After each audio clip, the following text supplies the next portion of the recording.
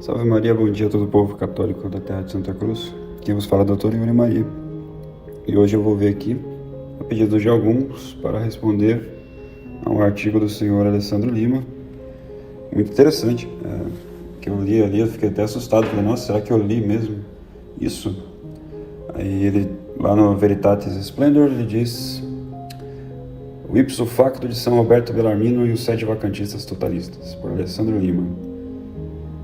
Então, aqui ele está querendo dizer que nós, na opinião do 7 vacantismo totalista, estamos reconhecendo os papas conciliares como papa, e com isso estamos usando São Roberto Bellarmino, que já é a primeira falácia, que a gente está falando que a eleição deles não foi válida, então eles nem foram papas, então eles nem entram nesse caso, né? Você precisar usar o São Roberto Bellarmino para ele, né? Não é isso. Mas vamos atribuir que a gente está falando, vamos supor que Montini era papa válido, então vamos entrando aqui na tese dele.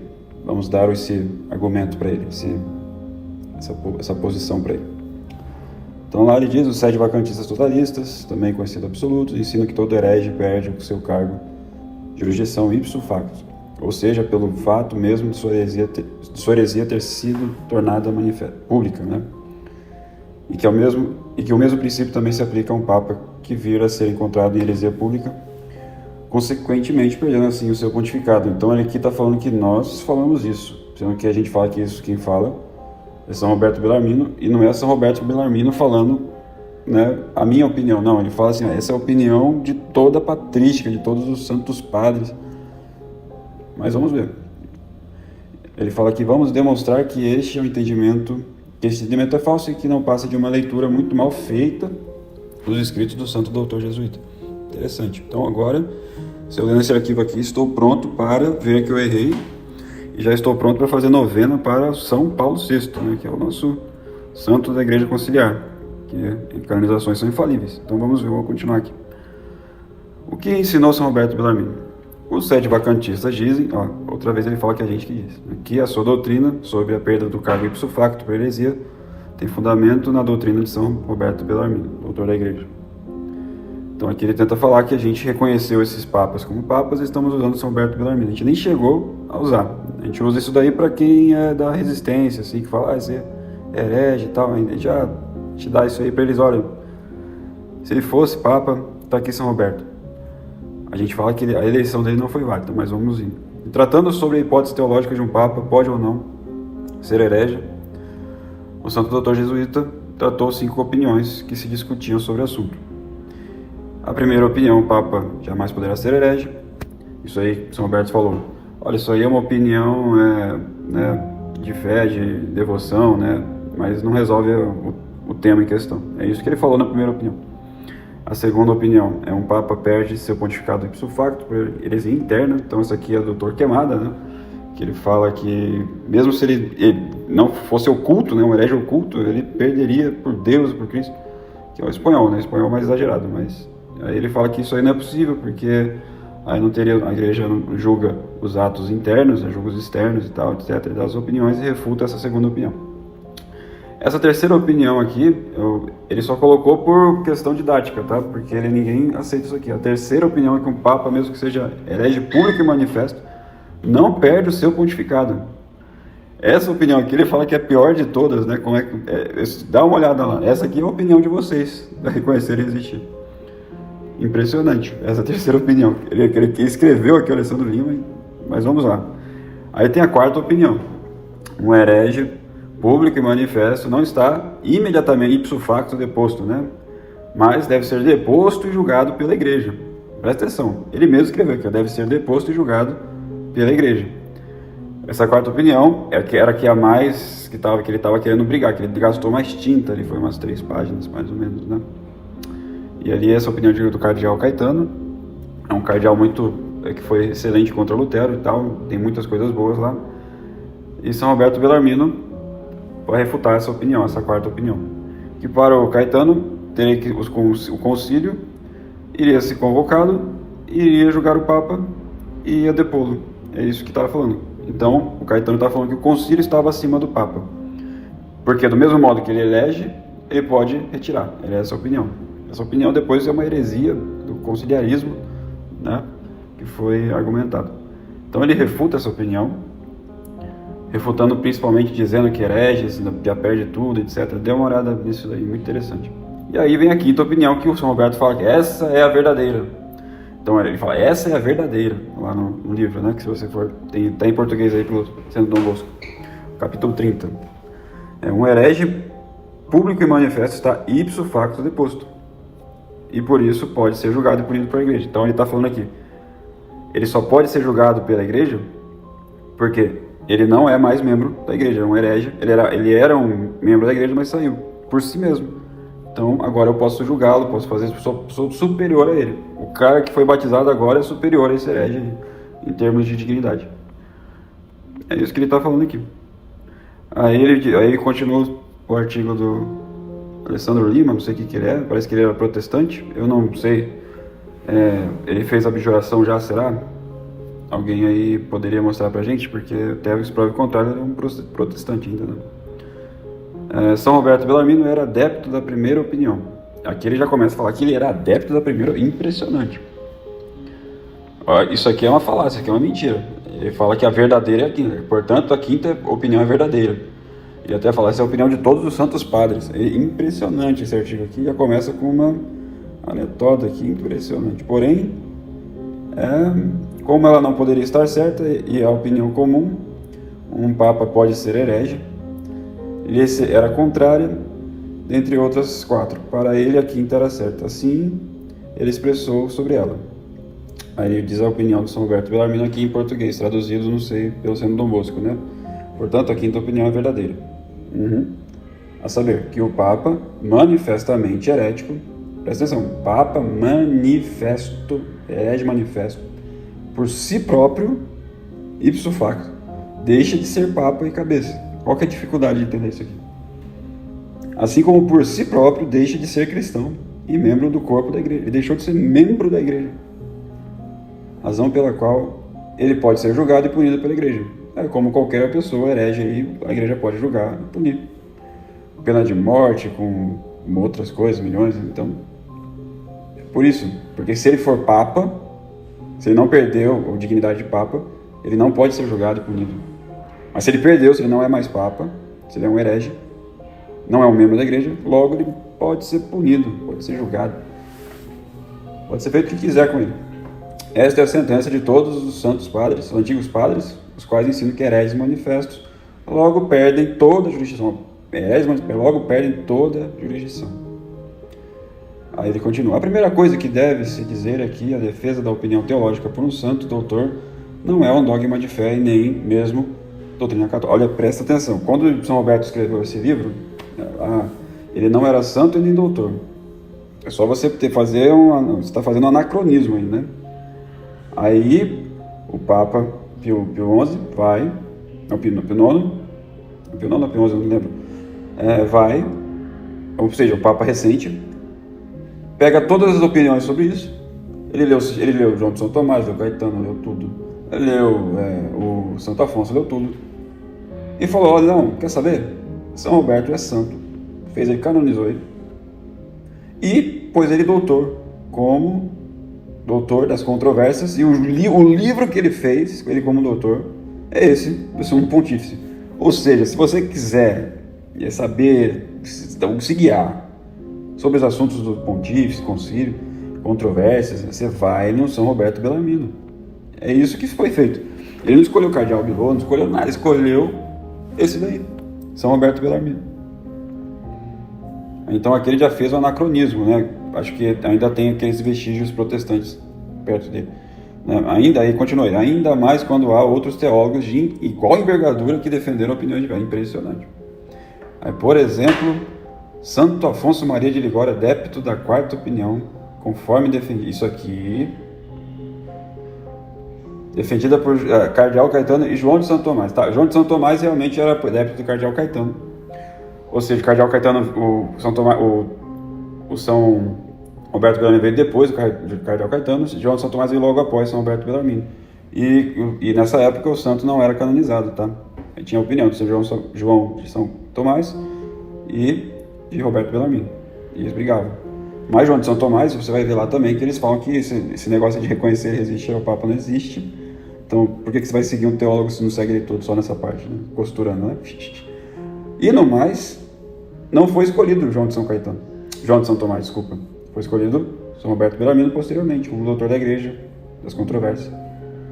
Mas isso aqui, Santo Afonso Maria era adepto. Olha, eu tenho certeza, vou até ver aqui, ó, da autoridade do... Aqui, ó, Tratado de Teologia Moral, tem até em português para quem quiser ver, do Santo Afonso. Da autoridade do pontífice acima do concílio. Aí ele fala aqui, ó, dos 121. Antepomos algumas notas prévias. Primeiro, o Papa que está acima dos concílios, ele está falando que não é aquele Papa dúbio num tempo de cisma, uma vez que se duvida da probabilidade da legitimidade. Está falando aqui, então, que, por exemplo, isso aí se define no Concílio de Constância, porque tinha 3 papas, papas todos dúbios. Então, o Concílio Geral, ele fala, aqui fala mesmo Santo Afonso, recebe o supremo poder imediatamente de Cristo, como no tempo de sede vacante. Então, aqui, ó, São Roberto também está falando aqui, como bem adverte Santo Antonino. Então, Santo Antonino fala que quando não tem um papa, ou quando tem papas dúbios, o Concílio Geral está acima é o maior poder, é o supremo poder da Terra. Então, quando convocado, esse daí que é o maior supremo, porque não tem papa, quem que é o maior supremo? Ele vira o concílio. Então ele fala que não está falando disso, né? Aí segundo, o mesmo vale para o pontífice herege, manifesto e externo, não porém para o herege oculto e mental, né? Ou seja, interno, né? Embora outros digam com mais razão que neste caso o Papa não pode ser privado de sua autoridade por um concílio, como que por um superior, senão que é deposto imediatamente por Cristo. Olha, presta atenção isso aqui, ó. Ele está seguindo, não é... Olha, que vergonha. Alessandro Lima, apaga esse artigo, olha aqui. Senão que é deposto imediatamente por Cristo, supondo-se necessariamente a condição de deposição. Está aqui, imediatamente por Cristo, esse Papa herege. Então, o que o Alessandro Lima fez? Ele pegou aqui e falou que Santo Afonso Maria era adepto da quarta opinião. Tá? Ele fala, o Santo Afonso era do São Roberto Bellarmino, tá? Para quem não sabe, isso aqui é uma novidade, isso aqui é uma falácia. Isso aqui é um espantalho que ele jogou aqui. E aí vocês estão caindo. Então ele fala aqui, São Jerônimo, que também é santo e doutor da igreja, influenciou os santos católicos, enganou-se na sua opinião teológica. Aí ele vai falar de vários santos, pode falar de vários santos, né? São Bernardo, a visão beatífica, etc. Mas São Roberto Bellarmino foi pelo livro, né, de Sumo Pontífice, foi eleito doutor. Impressionante. Isso aqui é uma desconexão da realidade tremenda. Mas ele vai, voltando ao texto de São Roberto. Ele estava escrevendo no contexto de um Papa que está sendo julgado por um concílio ecumênico, e não por juízos privados de particulares ou por Deus. Impressionante aqui. Pois ele mesmo ensinou que no caso de um Papa pudesse ser herege, neste caso deveria ser cuidado por um concílio ecumênico. Vamos ver o que ele está falando aqui. A quarta causa pela qual um concílio ecumênico poderia se reunir é a suspeição de heresia no Romano Pontífice. Até que ele for aqui. Olha só que coisa, ele está falando que suspeito de heresia é igual herege manifesto e externo. Ele não sabe a diferença de herege manifesto e suspeito de heresia. Ele não sabe mesmo. Outra falácia do Alessandro Lima. Ele pega essa parte do São Roberto. Suspeito de heresia no Romano Pontífice, se por acaso vier a acontecer. Ou também se ele for um tirano incorrigível. Tirano incorrigível. Pois se tal situação ocorresse, deveria se congregar um concílio geral ou para depor o pontífice, se for encontrado herético, ou seja, como ele é suspeito de... E outra, para convocar o concílio, isso aí já aconteceu, né? Vocês estão me chamando de heresia, eu convoco o concílio aqui. E viram que não era heresia porcaria nenhuma, tá suspeito de heresia. Heresia, por exemplo, tem que ser manifesta e pública. Ele não está falando desse caso aqui. Se você pegar o que o São Roberto falou? Um Papa manifestamente herético. É manifestamente herético. Não é um suspeito de heresia. O que é um suspeito de heresia? A pessoa está ali deixando os hereges livres para atuar.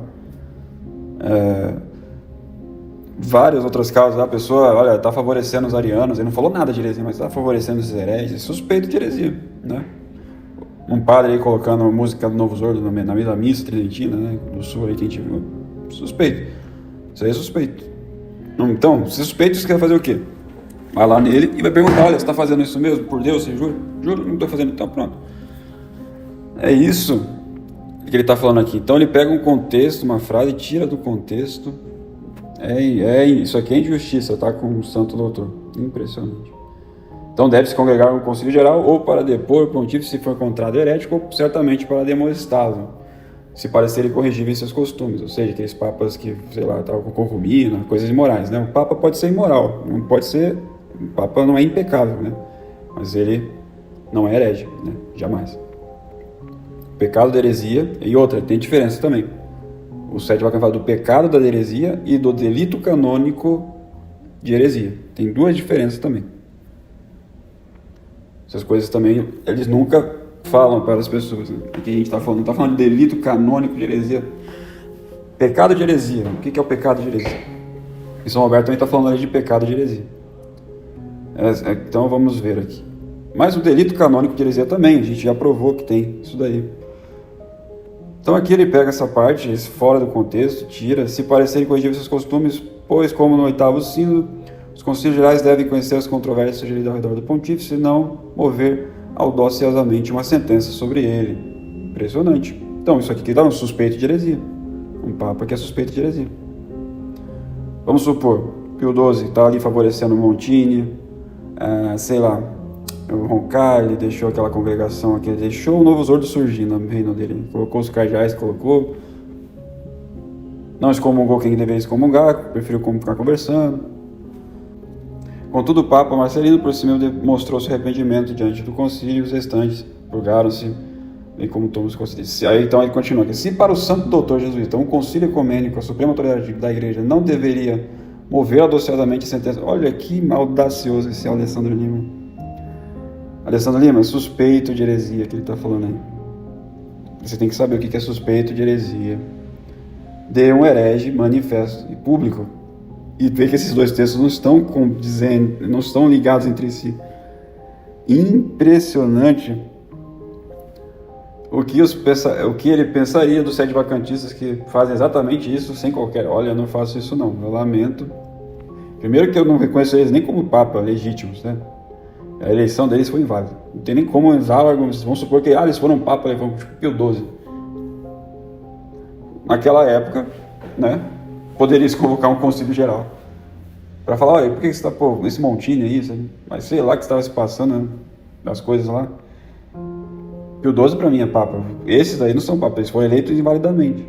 Não serve nem para usar o argumento. E mesmo se eu supor que eles são papas, aí você está usando errado também o argumento, que ele é manifesto, heresia manifesta diferente de suspeito, heresia.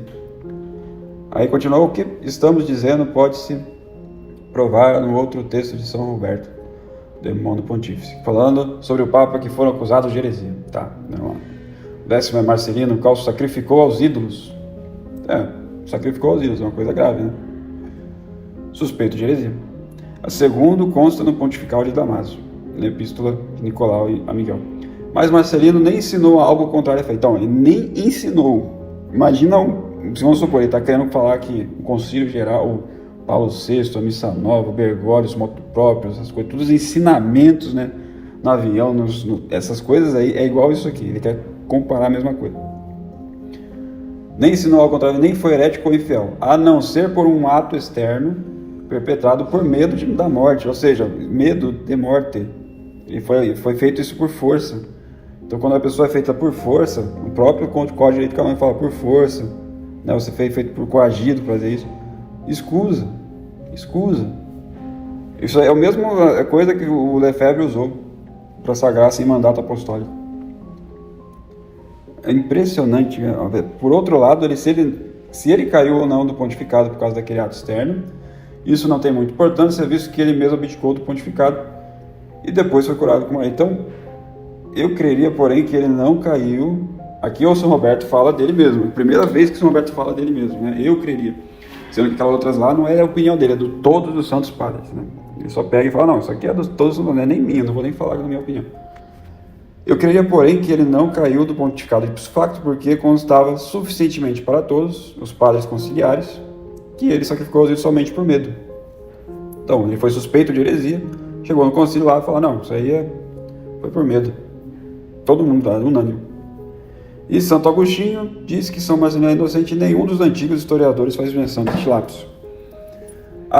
Vale lembrar que a fraternidade faz, é impressionante. A fraternidade pega acaba com os papas, né? São Libério, impressionante. Vamos continuar o texto aqui maravilhoso do São Alessandro Lima, refutador do século vacantino, impressionante. São Roberto Bellarmino disse que o texto que reproduzimos anteriormente, que lemos ter sido celebrado o concílio de Sinuesa pela causa de Marcelino, contudo o Papa Marcelino por si mesmo demonstrou seu arrependimento. No último texto que reproduzimos de São Roberto está tratando o mesmo evento, né? O inquérito do Papa Marcelino diante do concílio. Por isso diz que ele caiu, se ele caiu ou não por causa daquele ato externo, isso não tinha muita importância, visto que ele era mesmo abdicou. Ora, o Papa Marcelino abdicou do pontificado diante do concílio, que não precisou confirmar a pertinácia no seu erro. Caso o Papa fosse pertinaz, segundo São Roberto Bellarmino, ele teria perdido o pontificado ipso facto. Olha, ele não leu mesmo que o quinta opinião lá. Até ele fala, não precisa de... Porque a quarta opinião fala justamente por isso. Ele não é pertinaz, precisa de a demonstração, 1, 2, 3 vezes. São Roberto vai e refuta essa opinião na quinta opinião. Ele não leu. Então, segundo Roberto, ele teria perdido seu pontificado ipso facto, então a igreja poderia julgá-lo e puni-lo. Como o mesmo doutor ensinou... Não, é heresia manifesta pública, ensinou heresia. Um papa, ele vai ler de novo, um papa manifestamente... Então, aqui, presta atenção, Alessandro Lima, manifestamente herético. Por si próprio, por ele mesmo, deixa de ser papa. Não fui eu, não estou fazendo um juízo privado, ninguém. Ele mesmo está se pondo para fora da igreja. É o que São Roberto está falando. Você viu um papa falando lá, uma heresia. Qualquer um anjo de luz, ainda que um anjo de luz. Anátema. É assim que é. Deixa de ser papa cabeça. Assim como por si próprio deixa de ser cristão. Por si próprio, ele mesmo se tira da igreja. Ele mesmo fala. Não é ninguém que precisa tirá-lo depois, falar que ele não é papa. A razão pela qual ele pode ser julgado e punido pela igreja. Esse julgado e punido pode ser... Não é ele ser julgado para ele, não. Agora ele não é papa. Não é isso que ele está falando de julgamentos de vários crimes, né? Que você tem várias penas vingativas para qualquer pessoa, né? Pagar não sei quantas, ser morto, pena capital, etc. Tem muita coisa para ele. Por que a igreja vai julgar? Não vai julgar o papa, vai julgar um herege, uma pessoa que não é papa. É isso que São Roberto está falando. Ele não é papa, logo pode ser julgado e punido pela igreja. É exatamente isso. São Roberto não disse que o Papa pode ser julgado e punido por particulares, exatamente. É pela igreja. Impressionante. Ele fala, mas ora, se através da igreja que os hereges são depostos de seus cargos, aqui ele não leu, quem que depois o Papa foi? Ele mesmo se pôs, ele mesmo se depôs. Isso, olha, um engodo sede vacantista dizer que pelo fato de um Papa não ter superior na terra, ele é julgado apenas por... Olha, o Santo Afonso diz isso, o próprio São Roberto diz isso mesmo. Não é engodo, é só você ler, tá lá. Impressionante. Fez abjuração mesmo do protestantismo, porque não tem como ler, é muita desconexão das coisas. Porém, Deus age judicialmente através da autoridade legítima que ele mesmo constituiu. E é para que fatos importantes, como o julgamento de alguém, não fique ao subjetivismo ou ao arbítrio de particulares que Deus criou na Igreja Visível. E é por isso que São Roberto ensina que apenas um concílio ecumênico pode cuidar de um caso de um Papa suspeito de heresia, não uma heresia manifesta. Se for suspeito, aí o Papa suspeito de heresia, as pessoas vão chegar nele e falar, estamos falando de você que você é suspeito, então o Papa ia falar. Então eu convoco um concílio, porque só quem pode convocar um concílio é o próprio Papa, para me julgar. E aí, essa suspeição de heresia, ele convocava e todo mundo ali ficava livre, falava, convencia ele de heresia ou não. Isso aí não aconteceu nunca, né? Já aconteceu o episódio assim de fazer mesmo o concílio e ver que não era Papa, ele não era heresia coisa nenhuma. Suspeito, não uma heresia manifesta pública. O herege manifesto público não é um suspeito de heresia. E aí ele diz, também o santo doutor ensinou que os padres conciliares são também juízes. Mas não parece, no entanto, ser meramente invenção. Na razão natural que apenas bispos sejam convocados para o concílio. Isso aí, não sei o que tá falando, isso aí quem que fala? Isso aí todo sedevacantista fala que realmente são os bispos que são membros juízes do concílio. Que loucura. O fim de um pontificado é um ato jurídico cuja validade é atestada pela igreja. Impressionante, ele não leu nada, Deus não age juridicamente de maneira direta na igreja, mas pela igreja. Exatamente, o São Roberto fala, ele mesmo se pôs para fora da igreja. São seus ministros que possuem jurisdição e que são dotados deste poder. Tá. No caso da renúncia de um papa, os cardeais confirmam a validade da mesma e chancelam. Tem nada a ver a renúncia de um papa, o papa renunciando com deposição ipso facto, caso de heresia externa. Aí ele fala de novo, no caso de suspeita de heresia, como atestou São Roberto, a averbação do pontificado é dada pela igreja e não pelo... Exatamente, concordo com isso, mas o que São Roberto está falando é de um herege manifesto, não de suspeita de heresia. Esse artigo todo foi baseado numa falácia, de uma confusão com o termo e de dar vergonha. O herege notório manifesto. Agora vai falar do herege notório manifesto. Outro problema na interpretação que os sedevacantistas fazem das palavras de São Roberto e de outros teólogos está no termo herege manifesto notório. O que ele quer botar, mas vamos ver. Esse aqui eu quero. A aquisição da jurisdição eclesiástica é um ato canônico, jurídico, ordenado pela lei eclesiástica, pela qual, para o Papa em conclave, ou para os bispos, pela designação papal. E para os padres também, pelos bispos, né? Logo, a perda desta mesma jurisdição, pela própria natureza da matéria, é um ato também jurídico. Olha, o São Roberto mesmo fala, impressionante, eu vou ter que pegar aqui, a quinta opinião, portanto, é verdadeira. Um papa que é herege manifesto deixa automaticamente ser papa e cabeça, assim como ele automaticamente deixa de ser cristão e membro da igreja, de onde se segue que ele pode ser julgado e punido pela igreja. Este é o ensinamento de todos os antigos padres, os quais ensinam que hereges manifestos perdem imediatamente toda a jurisdição. Não é o Como assim são sedevacantistas? O que ele quer? Eu não sei. Na Suma Teológica, São Tomás explica que, assim como cabe apenas à autoridade pública escrever a lei, também cabe apenas à autoridade pública interpretar a lei e aplicá-las a casos particulares. E vocês aí do Reconhecer Existir, vão seguir isso daqui? O Félix é a autoridade pública da igreja? Ou é o bispo que tem jurisdição, a Bergoglio, a Cúria Romana, a Rota Romana? E vocês não seguem isso aqui. Vocês dando jurisdição para esses hereges aí, e vocês não seguem eles. Impressionante. Aqui, ó, como a sentença deve ser proferida de acordo com a lei escrita, conforme dito acima, aquele que profere a sentença interpreta da forma certa a letra da lei, aplicando a algum caso particular, ora, como pertence à mesma autoridade interpretar e fazer a lei, assim como uma lei não pode ser feita senão pela autoridade pública. Claro, também um julgamento não pode ser pronunciado senão pela autoridade pública, que se estende sobre aqueles que estão sujeitos à comunidade. Segue-se que somente a autoridade pública da igreja, o São Roberto é o quê? Pode proferir juízo sobre um herege que deva ser penalizado com a perda da sua jurisdição, se for clérigo ou leigo que possua funções em tribunal eclesiástico. Esta pena é dada perante a constatação de um crime não pecado. Aqui, ó, que já fala a diferença, que eles enganam muitas pessoas. O pecado de heresia do que delito canônico de heresia. Mas vamos ver o que eles vão falando aqui. A igreja pune com perda da jurisdição eclesiástica alguém que possui legitimamente tal jurisdição e cometeu um crime.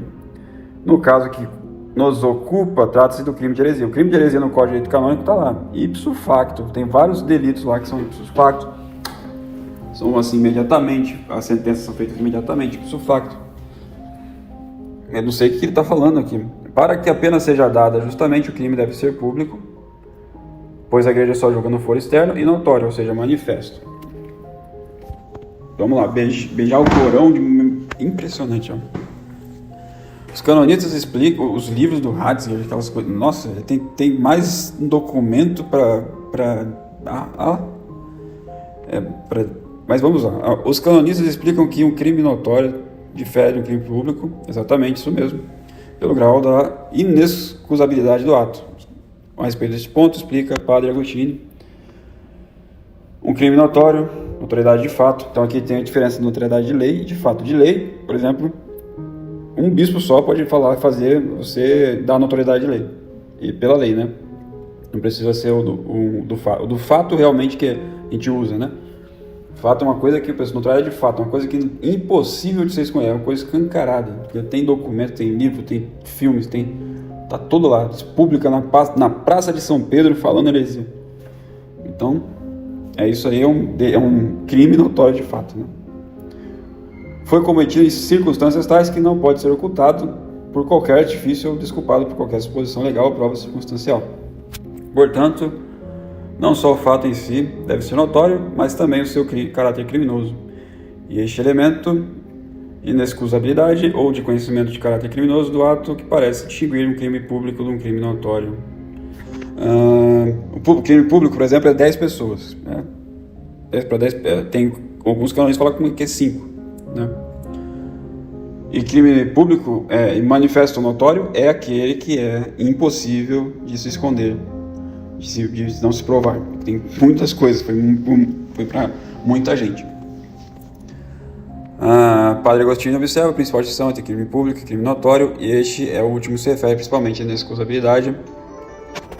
E olha, impressionante esse Alessandro Lima. O conceituadíssimo se refere principalmente à medida em que o crime é conhecido, pode ser conhecido. Até agora, não sei o que ele está querendo falar com isso aqui, né? Conceituadíssimo comentário Iuris Canônico de Ernst Vidal diz o seguinte, grifos meus, tá? Notório é que é muito seguro, precisamente em virtude da prova da coisa, que não pode ser materialmente escondido por qualquer subterfúgio. Exatamente, o livro do Ratzinger é publicado aí na editora As Vozes, aí, vamos ver, isso aí, o que é isso aí? É oculto? Então, vamos lá. Portanto, um crime conhecido notório é um ato criminoso que não pode ser ocultado por nenhum subterfúgio, precisamente porque a evidência das coisas é altamente certa. Exatamente, tanto é que vocês do reconhecer e resistir, do pessoal, é escancarado, é uma coisa impressionante. Mas o que eu quero, o que ele quer com isso? Dito isso, disto fica claro que o próprio ato material, dizer e escrever algo herético publicamente, e não com menor grau de erro, não é por si só suficiente para que o crime seja notório. A imputabilidade moral ou culpa também teria que ser reconhecida pública e legalmente. Isso pode acontecer de duas maneiras, pela notoriedade de lei ou de fato, é isso mesmo. Notoriedade de lei, a gente não está falando de notoriedade de lei. Notoriedade de fato, vamos lá. Mesmo Código de 1917 ensina que o crime é notório por notoriedade de fato se for publicamente conhecido e tiver sido cometido em tais circunstâncias que em nenhuma evasão inteligente seja possível e nenhuma desculpa legal poderia desculpar. Exatamente. Para que o crime seja notório de fato, o delito deve ser tal que não deixe dúvidas quanto à sua culpabilidade, mesmo sem julgamento legal. Isso significa que a imputabilidade moral deve ser publicamente conhecida. Então, está aqui, mesmo sem julgamento legal.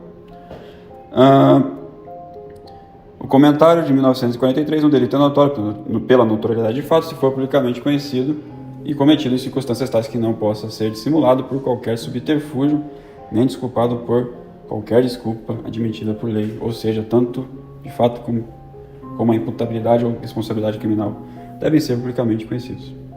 Então, por exemplo, uma pessoa, ele diz aqui, né, se uma pessoa aberta e publicamente deixou a igreja, ingressou em outra religião, são próprias ações que se tornariam notórias pela notoriedade dos fatos.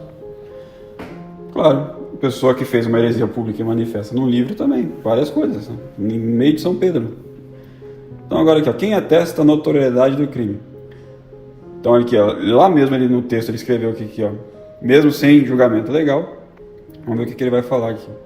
Mesmo que alguém argumente que o Papa reinante professou erros ou mesmo heresias publicamente, não será tarefa fácil demonstrar que tanto a matéria como a forma, a pertinácia, tenha sido suficientemente demonstradas a ponto de nenhuma evasão inteligente ser possível, estabelecendo assim a notoriedade do crime. Quantas forem as cabeças, assim serão as sentenças. Como dissemos acima, devemos lembrar que a perda da jurisdição é uma pena. Ou seja, ele não falou nada do notoriedade de fato, ele citou aqui. É um fato impressionante, eu não sei de onde a gente está inventando a heresia do povo aí, acho que é isso que ele está falando.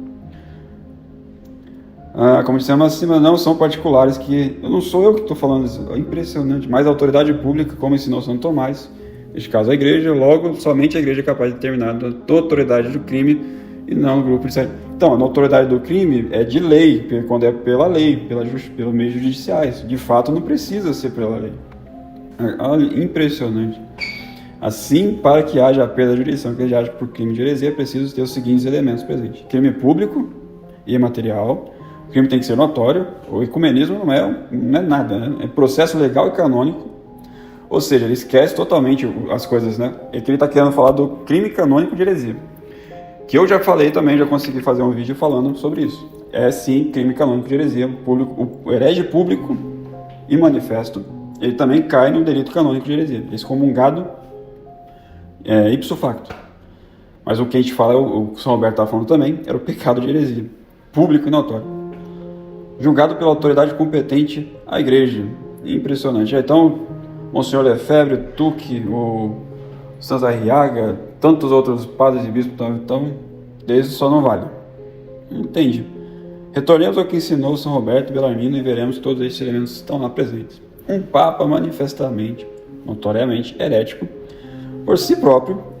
O que é isso? É por si próprio, ipso facto. Deixa de ser cabeça, assim como por si próprio, deixa de ser cristão e membro do corpo. Razão pela qual ele pode ser punido e julgado pela igreja. Por que ele não continuou escrevendo? O que São Roberto continua, né? Ele só pegou essa parte. É uma traíra mesmo, né? Isso aqui é desonestidade intelectual, tá? Ou, né? Às vezes ele realmente não lê. É protestante, né? Ele veio do protestantismo, lê mesmo errado as coisas. Se não houve um processo legal contra o Papa suspeito de heresia. Suspeito de heresia para ele é igual herético manifesto. É impressionante. É isso que aí, como vimos, São Roberto ensinou que o Papa suspeito de heresia deveria ser cuidado por um concílio ecumênico, exatamente. Mas o manifesto não. O manifesto não precisa. São Roberto estava escrevendo contra os protestantes que pregavam que um concílio é superior ao Papa. Ou seja, você está falando realmente que um concílio é superior ao Papa, para julgá-lo. Vocês aí que com esse artigo. Portanto, para fugir do erro conciliarismo, ele, quando trata da hipótese teológica, ele coloca aqui, sendo que essa é a verdadeira opinião unânime de todos os santos padres, foi feito doutor pelo Papa por causa desse livro. É impressionante, né? Opinião, hipótese teológica. Pode cair, ele vai defender a quinta opinião. Frisando que neste caso, diante de um concílio, está onde escrito isso lá? Caso o Papa seja manifesto, perderia então o seu cargo ipso facto, seria separado da igreja por Deus. Não, ele fala lá que, impressionante, tornando-se assim um ex-papa. Não, ele fala que não, ele torna um aeu, ele sai da igreja e por isso ele poderia ser julgado para a igreja. O que ele fez aqui? O santo doutor jesuíta coloca a questão num contexto de processo legal. Ele fala que não precisa de um concílio. Ele perde automaticamente toda a jurisdição. Está escrito lá, imediatamente. Santo Afonso fala imediatamente por Cristo. Impressionante. Sendo executado pela autoridade pública da igreja e não pelo tribunal imaginado de juízo particular de quem não tem autoridade alguma. Exatamente mesmo. Isso aí não é por nossa autoridade, tá? Esse negócio novo aí de o sede vacantista julga, não é assim. E aqui você vê que esse artigo é bem mal feito mesmo. Bem pessoa que não sabe a diferença de herege manifesto para herege suspeito de heresia. São Roberto deve estar se revirando no túmulo, deve estar se revirando com esse artigo, com certeza. Ao saber que os supostos católicos estão utilizando suas palavras para atacar a igreja, mas é a gente que está atacando a igreja, é o sede vacantista, não é a igreja conciliar. E ao final negá-la. A gente não está negando, a gente está negando esse concílio Vaticano negado. É isso. Porque não é concílio, é conciliábulo. O próprio São Roberto fala isso. Pode ser todos os bispos da terra, mas se for convocado por um antipapa, é conciliábulo. São Roberto mesmo fala isso. Então vamos lá. E outra, São Roberto também fala que ele está chamando de cismático, né? Vocês são cismáticos. São Roberto fala lá, a menos que a pessoa tenha convicção que se trata de um herege. Ela não é cismático. Simples, está lá na Eclésia, né? Esse é o livro da Eclésia, lá sobre a parte dos cismáticos, que ele fala isso. Então vamos ver aqui que ele continua. As palavras do doutor não favorecem de forma alguma se pensar que alguém possa dizer que um papa é herege que perdeu seu cargo ipso facto e que então a sede está vacante. Este é um dos grandes delírios do nosso tempo. Impressionante, impressionante. Ele mesmo acredita que a gente está falando de suspeito de heresia. Em outra oportunidade, trataremos como São Roberto é desvirtuado pelo sede vacantista. Ok. Tá. E você, o problema começa em admitir a quinta opinião como a única possível. Já dissemos que para Santo Afonso era da quinta opinião. Eu vou ter que deixar aqui para você imediatamente por Cristo. Você não... Olha aqui, também o Santo Doutor, a quarta opinião, nunca. Porém, os sete vacantistas tomam a quinta como São Roberto ensinou. Não, São Roberto virou santo e doutor agora, recentemente, em tempos modernos, né? O Papa Pio IX, acho que é Pio IX, foi Pio IX ou Pio XI, não lembro, que virou doutor e santo da igreja. As controvérsias por causa desse livro. Isso se deve em grande medida ao fato de que a grande maioria dos sete vacantistas não leram ou tiveram contato com as fontes primárias, os escritos de São Roberto, mas beberam da fonte contaminada do padre Checada, que eu escrevi errado Checada aqui, né? Sem H. Que infelizmente foi um dos grandes promotores deste erro. Olha, é impressionante. Impressionante. E este artigo aqui é típico mesmo de pessoa com mentalidade ainda, leitura protestante das coisas, né? Por motivos de brevidade, não abordamos aqui o Código de 17, também dá suporte, que também não dá suporte à doutrina ipso facto distorcida. Os incautos no que o Cânon 188 faz exatamente, porém em outra oportunidade. Que eu quero ver essa outra oportunidade, mas é impressionante, parabéns aí.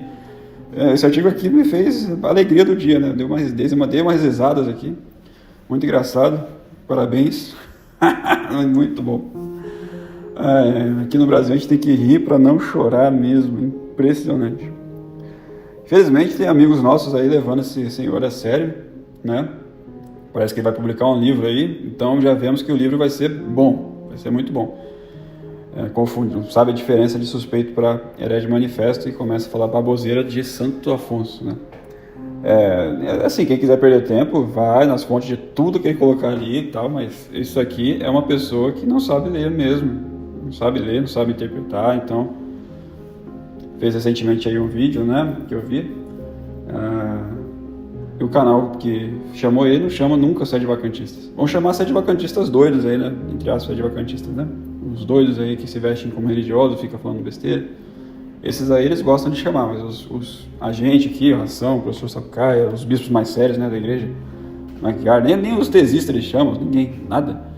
É impressionante, essa é uma deslealdade tremenda. Esse povo não segue o que o concílio, esses aí que eles dizem papa, não segue nada que eles ensinam, nada, nem moto próprio para toda a igreja sobre fé e costume, ordenando eles a ser, né? Tradições custódias. Qual que é você acabou de colocar aqui, São Tomás, né? Qual que é a desculpa que não seguir? Os santos canonizados, né? Pela Novus Ordo. Qual que é a desculpa? Que a opinião comum que é infalível. E assim, se você falar que não é infalível, ele não fala que é heresia, né? Mas fala cada coisa assim, ó, é um escandaloso, é um faltor de heresia. É isso aí sim, ó, suspeito de heresia. Você falar que não é infalível. Mas enfim, isso aí é para outra história. Muito bom, artigo aí mas infelizmente não vai ser hoje que eu vou rezar aí pela novena aí do São, entre aspas, né? Papa, entre aspas, Paulo VI. Infelizmente não vai ser hoje. Então, que pena que tem amigos nossos aí, amigos, né, entre aspas, né, pessoas que realmente eram terraplanistas, ficaram meio confusos, se acha, saíram do sede vacantismo, apostataram de novo, então aí, graças ao senhor Alessandro Lima, que nós aqui queremos muito, né, porque ele falou publicamente que ele era protestante, logo queremos a abjuração formal dele. Isso aí eu acho que até o Novus Ordo exige, né? E outra, por que não segue o Novus Ordo que fala que é proibido o proselitismo, né? E se em outros lugares da salvação, né? Nos judeus, nos muçulmanos, nos protestantes da salvação lá também, para que não para de proselitismo, não é para converter ninguém. Por que vocês estão fazendo isso daí? Contra o seu Romano Pontífice, hein? É impressionante, cheio de contradição. Mas é duro, pessoal. O pessoal gosta de ganhar dinheiro na tradição, em cima do Novus Ordo, assim, né? O Novus Ordo ensina uma coisa errada, né? Escandalosa, protestante, eles vão lá e vendem o livro ali da refutação, né? E ganha dinheiro a rodo, hein? É uma coisa trocando Cristo por 30 moedas. É isso aí que todos esses RRs fazem e não são sinceros. Infelizmente eles nunca vão chamar um site vacantista para um debate, jamais. Só os doidos aí, Frei Diabo ou algum outro aí doido aí que parecer. Isso aí eles vão chamar e com muito prazer, né? Mas, os irmãos Diamond lá nos Estados Unidos chamam os irmãos Diamond. Não vai chamar o Megar, não vai chamar ninguém. Não divulga o secada, é impressionante. É um povo desonesto. E isso aí vai acabar. Um dia vai acabar. A gente vai rezando aqui, fazendo artigo, vamos todo dia aqui fazendo. A gente não trabalha com nada, não ganha nada, né? Não somos igual a vocês, que tem respeito humano. Ah, meu amigo da paróquia eu vou perder, meu padre que eu gosto. A gente não é assim. Graças a Deus. E que a gente não perca a fé. Né? Que a gente vê muitos amigos nossos aí perdendo a fé por causa de artigos como esse. Fica doido, aí, acaba com a vida dele. Acaba com a alma da pessoa. Salve Maria, bom dia a todo o povo católico da terra de Santa Cruz.